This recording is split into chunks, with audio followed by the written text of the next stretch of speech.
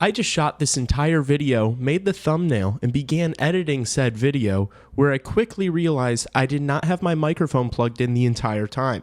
So I am going to absolutely zip through this lineup. You can tell by the title and thumbnail, I'm doing a USA Olympic roster, and I need to fly through it before I commit a crime of passion. So buckle up, we're going quick. I'm not going to justify too many things because I don't care to. I'm furious right now, and I want to get this over with. I'm just kidding. I'm probably going to spend more time on it than I should. Let's get into it. First line here.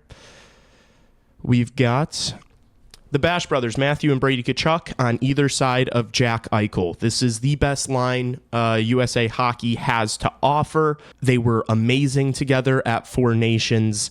I think this line is physical. They are in your face. They are annoying. They will impose their will on you. They are technical. They are talented. They are reliable defensively. They are everything you need from a line in the game of ice hockey. It is a perfect line, and it is the best USA Hockey has to offer. It's our first line. It should not be the second line. It should be the first line, and Matthew Tkachuk should be the captain of Team USA. But that's a topic for another video that I might make later, but not right now because it's not important, and I'm moving on to the second line, which is the captain, Austin Matthews, AM34 at the center position, Clayton Keller on his right side. Clayton Keller was not invited to the Four Nations tournament, and I think that's crazy because you cannot convince me.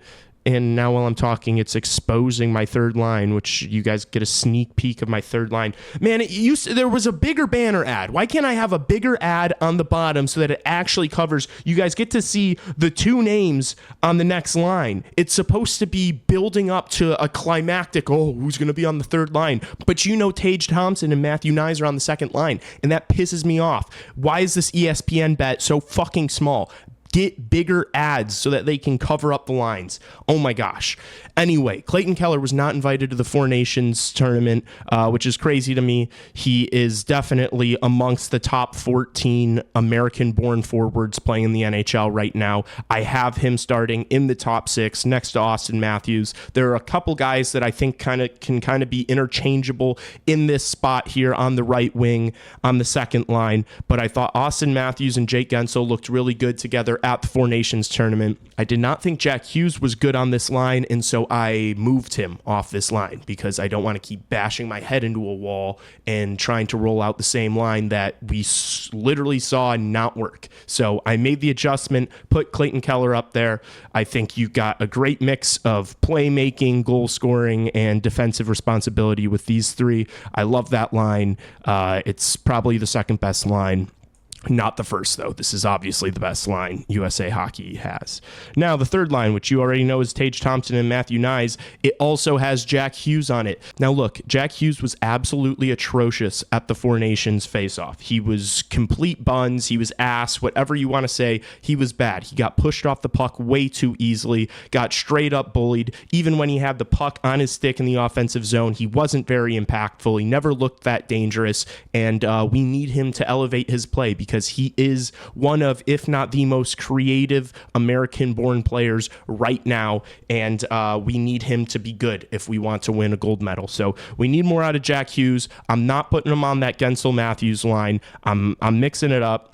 Tage Thompson and Matthew Knies both were not invited to the Four Nations face-off. I think Matthew Knies has to be in the starting lineup. I love the way he looked for Toronto in the playoffs. I hate the Toronto Maple Leafs, but wow, did Matthew Knies stand out. He was the best player on that team most nights, and that's including guys like Mitch Marner and Austin Matthews and William Nylander. I straight up believe that. He's big, he's physical, he's mean, he's annoying to play against. He can put the puck in the back of the net. He's got great hands for the size he is. He can move really well for the size he is.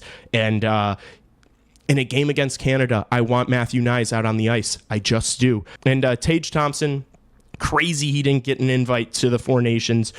This guy is, I don't know, top 3 American-born goal scorers right now? Are there 3 Americans that are better at scoring goals than Tage Thompson right now? I don't think so. He's also improved his defensive game over the past couple seasons. He's reliable. I think he's a great third-line center here. I think Hughes, Knies, Tage Thompson is a great mix of everything. You've got same thing. You mostly trust them defensively. They're fast. You've got size. You've got power. You've got the skill and the playmaking in Hughes. This is a really amazing third line in my opinion. Like I think that is serviceable. You can play them a ton of minutes, and you could also stick them on the bench and play this fourth line that I'm about to show you.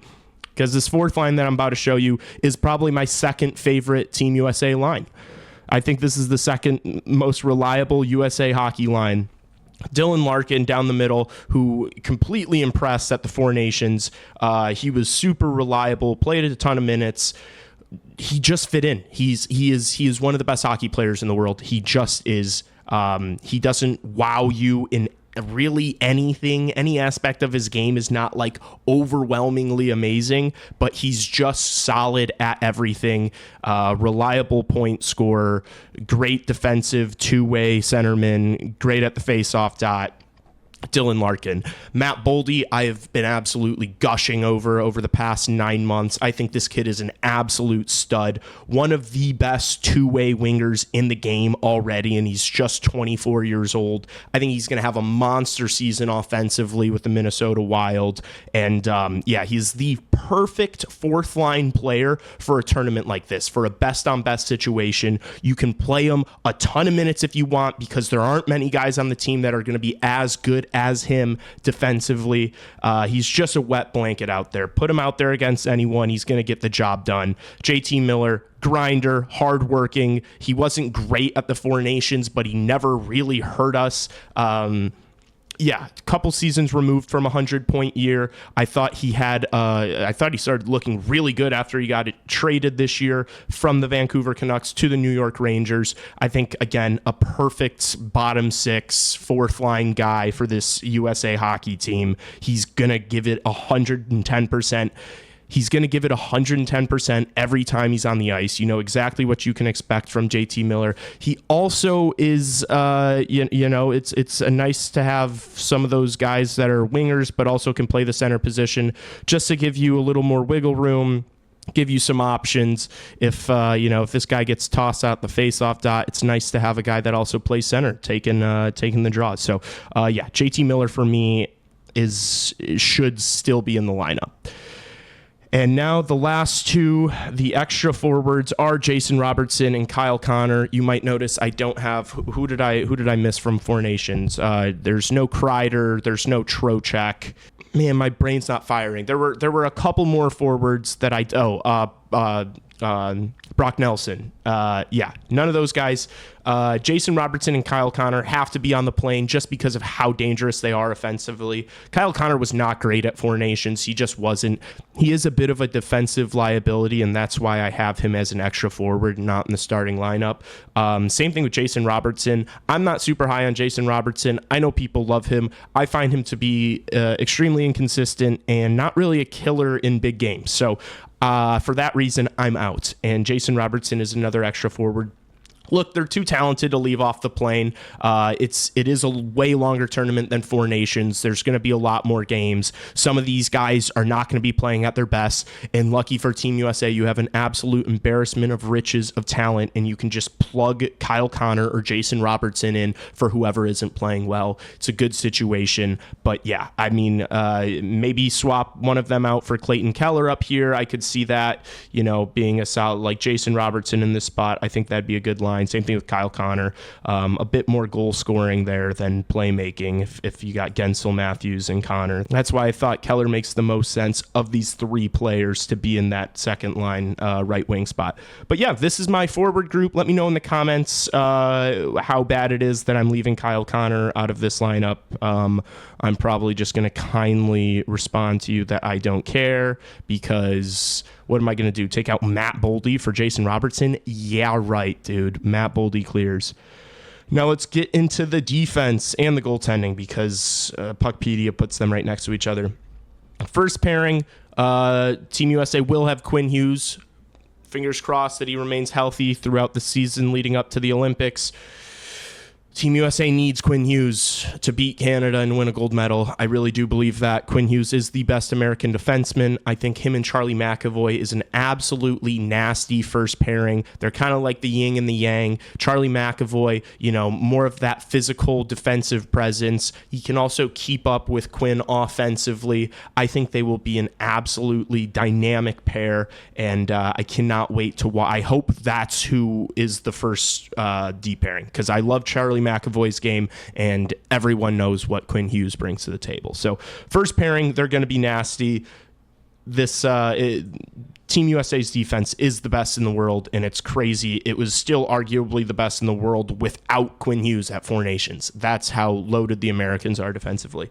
Now, the second pairing, which was the best defensive pairing for the United States at the Four Nations, it was Jacob Slavin and Brock Faber. I mean, talk about a wet blanket. These two, you put them out on the ice, they can actually stop anyone. Jacob Slavin's one of the few players, there's maybe 2 or 3 guys in the league that can actually slow down, I'm doing air quotes if you can't see, slow down Connor McDavid, because nobody really slows down Connor McDavid, except for maybe Jacob Slavin. He is an unbelievable skater. He's so solid defensively. You can play these guys in any situation. They're obviously going to be getting the toughest matchups all tournament long, and they will be ready for it, because that's what they do. That's what they do. And I put them not as, normally most people are going to have these guys as the third pairing. No. This is not your third pairing. This is your second pairing. These guys are going to play more. They might play more than that first pairing, let alone this third pairing that I'm about to show you. These guys are going to play a ton of minutes, because what coach does not love a defensive pair that is not going to make mistakes and defend better than anyone else? They're going to play a lot.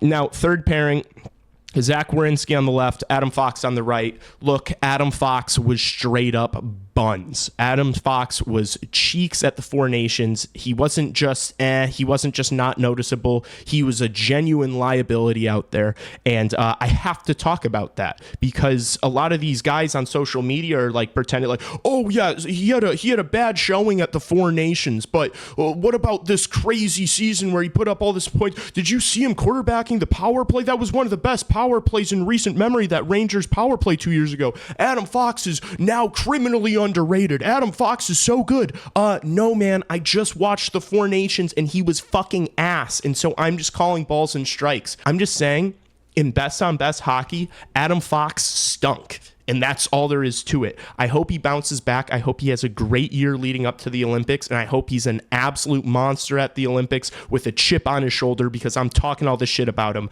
Because at the end of the day, I don't want to come off like a weird hater in this video. I am USA Hockey. I need a gold medal more than anything. I have 3 Stanley Cups. I don't have a gold medal. I need a gold medal. I want Adam Fox to shut me up and look like an absolute beast. I want him to look like a top 10 defenseman in the league, but he didn't at Four Nations. So I'm going to say that. I wanted to put Jake Sanderson in this spot, but Jake Sanderson, and I'll scroll down. Seth Jones and Jake Sanderson are my extra defensemen. If Jake Sanderson was a right shot defenseman, I would have him in that spot over Adam Fox. I would, and I'm not going to apologize for it. You can tell me that Adam Fox is a better defenseman all you want. I watched Jake Sanderson play in the Four Nations and not struggle at all. He looked quite good. If I'm being honest with you. Adam Fox did not. So if Jake Sanderson was a right shot, I would have him in over Adam Fox, but he's not. So Adam Fox gets the benefit of the doubt, is on the third pairing there with Zach Werenski. Zach Werenski, probably the most underrated defenseman on the planet, but if it's just a shame, like on the left side, you got Zach Werenski, but then you have the best offensive defenseman outside of Cale Makar on the planet in Quinn Hughes, and then Jacob Slavin's the best defensive defenseman in the world. So it's like, it's still somehow not talking about Zach Werenski. Zach Werenski's a fucking dog, and yeah, he's a beast. Jake Sanderson is the 7th defenseman. He can slot in anywhere here. If any of these guys aren't playing well, or if any of them get injured, you're putting in Jake Sanderson. You're not worrying too much about it. Seth Jones is a perfect option as an 8th defenseman. He's probably not going to get used unless you're playing Kazakhstan and Adam Fox wants a night off, or Charlie McAvoy wants a night off. But I wanted, for the 8th defenseman, I wanted a right shot guy, because you have Jake Sanderson as a left shot guy. Seth Jones can play any situation. He can eat minutes. He's reliable. I know Blackhawks fans are going to be watching this and like wincing because they hate Seth Jones so much, which I think it's starting to get like a little played out. Like the memes aren't funny. Like why? Like if you're still upset at Seth Jones, I think you need to get a grip, to be honest with you. Seth Jones. I'm not going to put John Carlson here. I'm not going to put. I don't know. I don't care. Seth Jones is the eighth defenseman. And then goaltending, I have Hellebuck and Ottinger. I have Demko in instead of Swayman. I think that if Thatcher Demko is healthy and playing at his best, you're not going to be able to tell me that he's not a top 3 American goaltender. The goaltending situation, I'm not really going to complain about because there's about 6 guys that could all go and start, and I would be like, yeah, that makes sense. So it's going to be, for me at least, whoever's playing the best going into, December, January is like who should be on this trip and who should be starting. But yeah, if you want to start Hellebuck, if that's your guy, fine. If you think Ottinger's a better big game player, I understand, play him, fine. If Thatcher Demko is putting up in 922 and is playing out of his head and dragging that Vancouver team, play him. I don't care. If you want to bring Dustin Wolf, fine. If you want to bring Jeremy Swayman, fine. If you want to bring Anthony Stolars, fine. If you want to bring Joey Decord, fine. Do you get the picture here? You get the picture. We've got a lot of fucking goalies. This is what we do. Oorah, goaltending. And I think that's pretty much it. I'm going to edit this super pissed off because actually it's fine. It was just like 20 extra minutes, but I like to sulk and complain. My life is so hard, you wouldn't understand. I'm just kidding. I'm doing bits here. Let me know what you guys think. This line was a bit thrown together. Let me know what you think about this swap, having Clayton Keller here. Should it be a Jason Robertson or a Kyle Connor in this spot? Should Jack Hughes still be on this line? I'd actually be okay with these two being interchanged. I don't care. AM34 with the Bash Bros or Eichel with the Bash Bros. Doesn't really matter. Jack Eichel and Austin Matthews are 2 of the best centermen on the planet, so you're not really going to get me upset saying that you think they should be swapped. And yeah, let me know how you think, if you feel the same way as I do about this fourth line. If you disagree, I'm probably not going to listen to you very long because I do think this is a perfect fourth line. So but let me know in the comments if you disagree about stuff, kind of who else, did I leave out DeBrincat? Do you think Nick Schmaltz should have been here? Did you want to see a Trocheck or a Kreider? Who did I leave off? Who should I have added? Let me know in the comments. Thanks so much for watching. Please subscribe, hit the like button, send it to your auntie. Actually, if she doesn't watch hockey, don't send it to your auntie. Send it to whoever's going to click on my videos and watch them all the way through. Otherwise, don't send them to anyone. Thank you so much for watching. I'm eternally grateful for you. I love you. Have a great day. I'll see you in the next one. Peace.